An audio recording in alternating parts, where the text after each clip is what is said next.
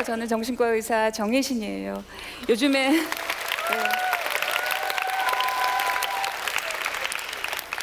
요즘에 주변을 보면 이렇게 찌르고 찔리는 사람들이 도처에 많은 것 같아요. 그렇죠? 온라인, 그러니까 SNS에서만 그런 것도 아니고 오프라인에서도, 우리 일상에서도 많이 그렇고요.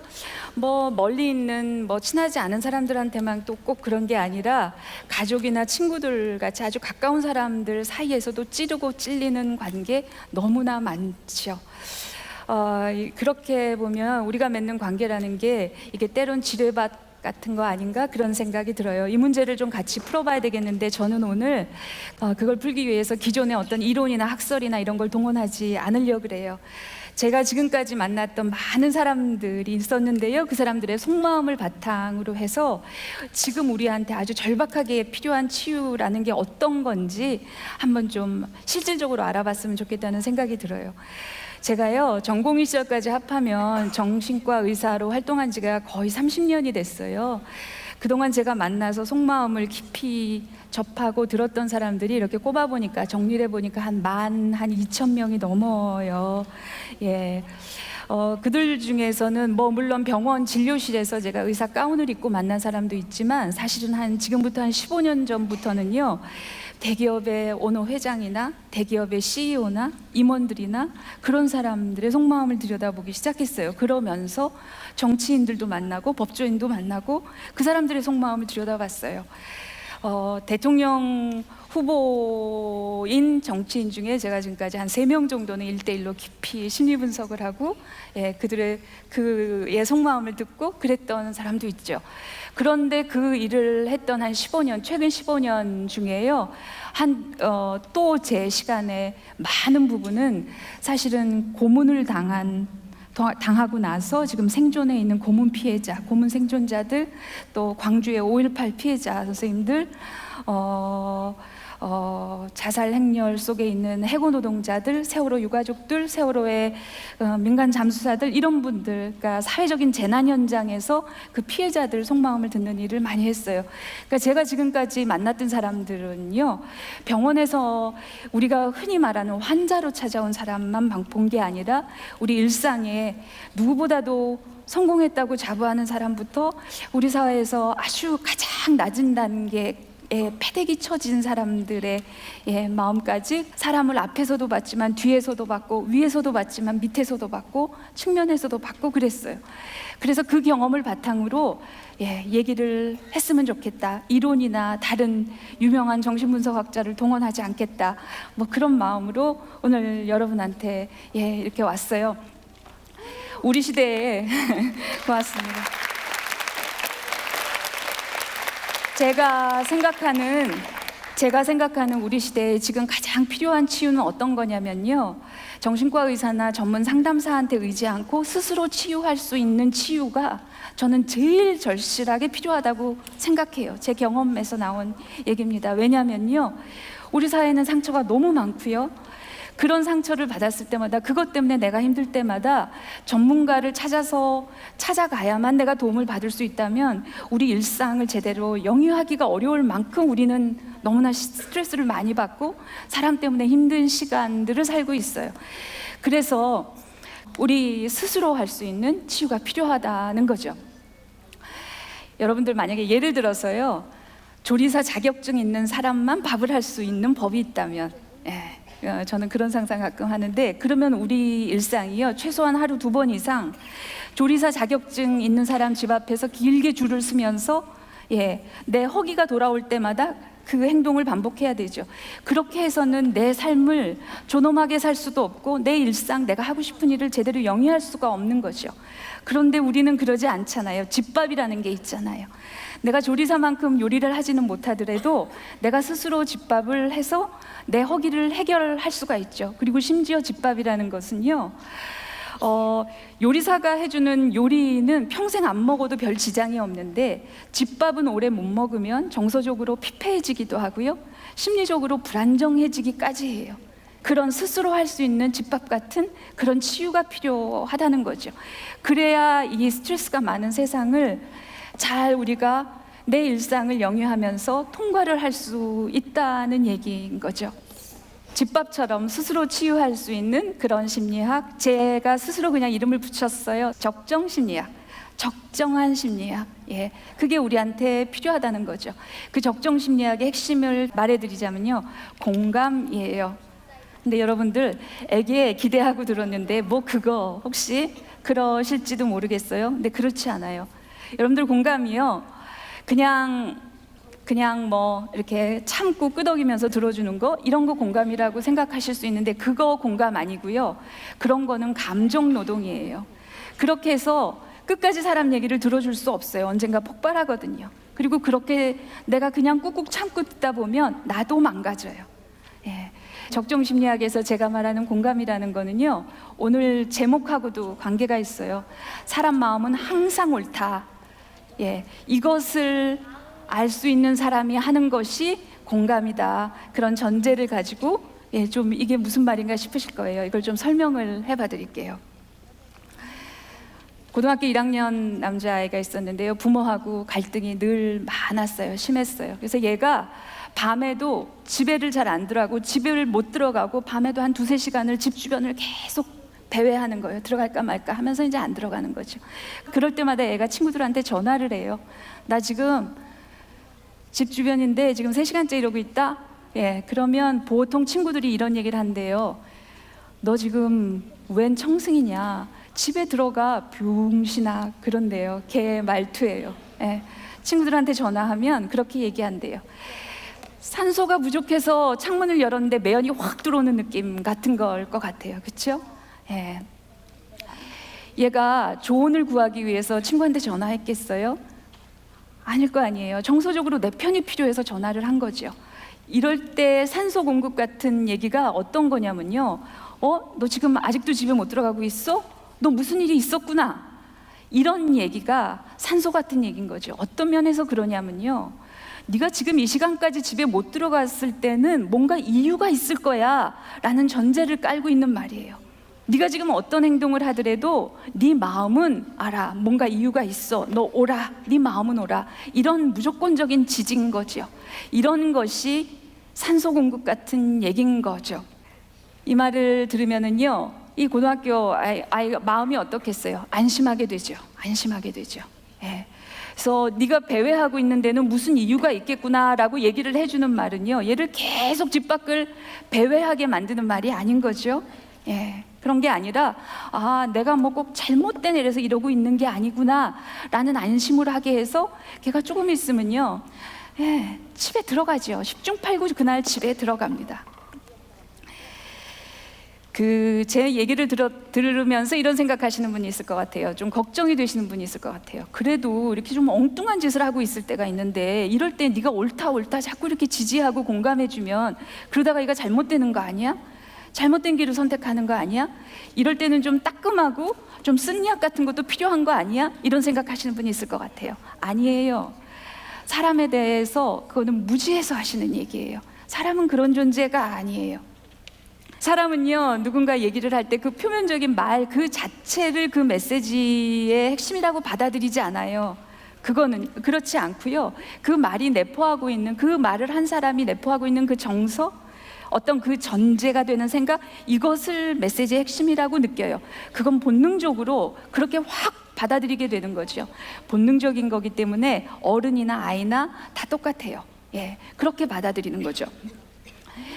옆에서 그러고 있을 때 네가 옳다 이런 얘기를 해주면은요, 아, 내가 그냥 계속 앞으로 이렇게 배회하고 다녀도 되는구나 이렇게 생각하는 게 아니라, 아, 내가 지금 잘못된 게 아니구나, 내가 정신병자라서 이러는 게 아니구나, 내가 지금 뭐 삐뚤어져서 이러는 게 아니구나, 이런 확인을 받는 거죠. 이런 비난 없이 자기 존재를 그대로 인정해주는 사람의 존재에 의지해서 사람은 자기 불안이 떨어지게 돼 있는 거죠. 자기 불안이 떨어지고 안심하게 되면요, 그때 사람은 가장 합리적으로 돼요. 가장 객관적으로 되는 거죠. 그래서 그 다음에 자기가 어떻게 해야 될지가 굉장히 명징해지는 거죠. 사람은 이런 생각을 해요. 얘도 17살 난 이 남학생도 그러면서 배회하면서 그런 생각을 해요. 내가 이 추운 날 내가 왜 이러고 있나 도대체 나는. 내가 무슨 이게 궁상이냐, 내가 왜 이러고 있나. 자기가 배회하면서도 그 아이가 그런 생각을 해요. 자기가 집을 나오고 집을 못 들어갈 때는 자기가 아는 자기 명백한 이유가 있음에도 불구하고 자기 스스로도 나는 왜 이런가, 자꾸 이런 생각을 하는 게 사람인 거죠. 그런 것이 사람이기 때문에 옆에서 타인들이 무게를 실어서 네가 옳다라고 얘기를 해줘야 하는 이유도 거기에 있는 거죠. 나도 온전히 내 편이 되어주기가 무척 어려운 것이 사람이기 때문에 그렇습니다. 그래서 옆에서 그런 확인이 필요한 거죠. 지금쯤 이런 생각하시는 분들이 있을 것 같아요. 네, 지금 이렇게 듣다 보니까 어떤 사람이 떠오르는 사람이 있는데 그래도 이 사람은 그런 생각 안 할 거야, 그런 고민 같은 거 안 할 거야, 그런 망설임 같은 거 없이 그러고 있을 거야, 이렇게 생각하는 사람, 떠오르는 사람 있으시죠? 예, 있는데 그런 사람도 이런 갈등을 합니다. 예, 전혀 그 사람은 그럴 리가 없어 하는 사람도 이런 갈등을 하는 게 사람이고 그것이 사람의 마음인 거죠. 그걸 알면 우리가 네가 옳다라는 말을 망설이지 않고 마음껏 해줄 수가 있어요. 편안하게 해줄 수가 있어요. 그래야 코스프레가 아니고 온 체중을 실어서 하는 진짜 공감을 해줄 수가 있게 되죠. 그런 공감은 사람 목숨도 살립니다. 예. 저는 현장에서 수없이 반복적으로 경험한 그런 일입니다. 혹시 이런 생각 또 염려가 드시는 게 있을 것 같아요. 근데 혹시 이런 경우 있지 않나요? 누군가가 나 죽고 싶어요, 이래도 네가 옳다 해줘도 되나요? 할 수 있나요? 때로는 누가 누구가 너무 미워서 걔 죽여버리고 싶어, 다 불사질러 버리고 싶어, 이런 사람도 있는데 그러면 그때도 옳다고 해줘야 되나요? 그럼요. 그렇고 말고요. 해줄 수 있습니다. 아무 문제 없습니다. 저는 항상 그렇게 해요. 예를 들어서요, 누군가 저 너무 죽고 싶어요, 그러면 저는 그렇게 말해요. 그렇군요, 죽고 싶구나, 당신 지금 죽고 싶구나, 당신이 지금 죽고 싶을 만큼 무기력하구나, 죽고 싶을 만큼 지금 지치고 탈진했나 보구나, 뭔가 이유가 있었나 보구나. 저 이렇게 얘기해요. 어떤 사람이 난 누구가 너무 미워서 죽여버리고 싶어요, 그러면 그렇구나, 옳다고 해요. 그렇구나, 그런 마음이 드는구나, 네가 그렇게 누구를 죽여버리고 싶을 만큼 억울하구나, 누구를 죽여버리고 싶을 만큼 네가 지금 화가 나는구나, 무슨 일이 있었나 보구나, 이렇게 얘기를 해요. 그러면 사람은 그 다음부터요, 자기가 얼마나 지금 팔짝팔짝 뛸 만큼 화가 나는지, 내가 얼마나 억울한지, 내가 지금 얼마나 지쳐 떨어졌는지, 내 처지가 어떤지, 제가 지금 내 상황이 어떤 상황에 있는지, 그걸 그때부터 막 얘기하기 시작하지요. 그 얘기를 듣고 하고 하다 보면요, 저는 이런 느낌이 들어요. 라디오에 왜 주파수 안 맞을 때 보면 막 이렇게 치직치직 막 잡음이 들리잖아요. 그러다 주파수가 이렇게 맞아가면요, 잡음이 없어지고 소리가 또렷해지지요. 주파수가 맞으면은요, 주파수 맞추려고 막 이런 불필요한 에너지 소모도 뚝 떨어지지요. 사람도 같지요. 그 사람의 마음을 막 처음에는 이해가 안 가서 뭐 내가 잘 모르겠지만 너 무슨 마음, 그런 이유가 있었겠지, 네 마음은 옳겠지, 그럴 때는 그럴 만한 사정이 있었겠지. 듣다 보면 서로 주파수가 맞기 시작하고 서로 소리가 명징해지고 잡음이 안 들리고 에너지 소모가 없어지죠. 그 상황에서요, 사람은 뜻밖의 까닭 없는 위로를 받고요, 예, 까닭 없이 그래도 내가 좀 다시 살아봐야 되겠다는 마음이 까닭 없이 다시 들고요. 그게 사람 마음이고 그것이 당신은 옳다, 그런 무게를 온 체중을 다 실어서 하는 공감의 힘인 거죠.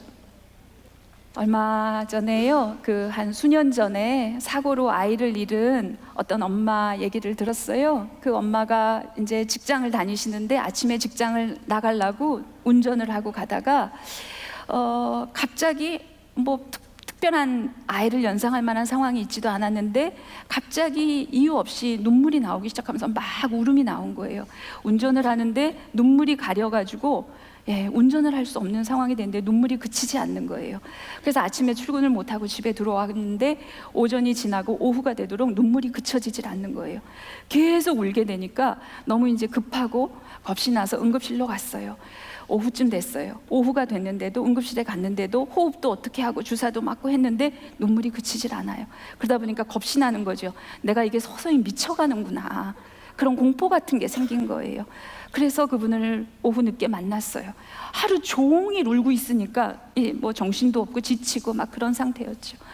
저한테 그래요. 선생님, 제가 점점 미친년이 되는 것 같아요. 그런 얘기를 해요. 그래서 제가 그랬어요.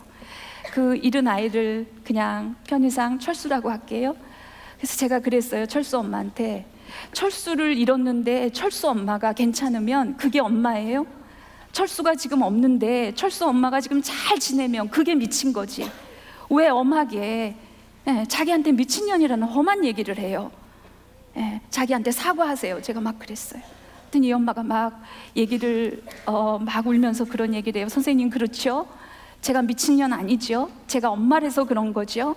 그런 얘기를 막 하더니 이 엄마가 이렇게 긴장이 풀어지는지 옆에 이렇게 기대서 갑자기 스르르 잠이 든 거예요. 한 8시간 만에 울음이 끝인 거예요. 잠이 들면서. 사람은요, 괜히 미치지 않고요, 사람이 괜히 죽고 싶은 사람은 없습니다. 이유가 있는 거죠. 사람이 사람을 죽이고 싶다는 마음이 든다고 해도 이유 없이 그러는 사람은 없습니다. 괜히 그러지 않습니다. 모든 사람한테는 어떤 마음이 들었을 때는 그럴 만한 이유가 있습니다. 그래서 제가 그 마음은 항상 사람한테는 이유가 있는 것이고 그 마음은 항상 옳다고 얘기를 하는 거죠.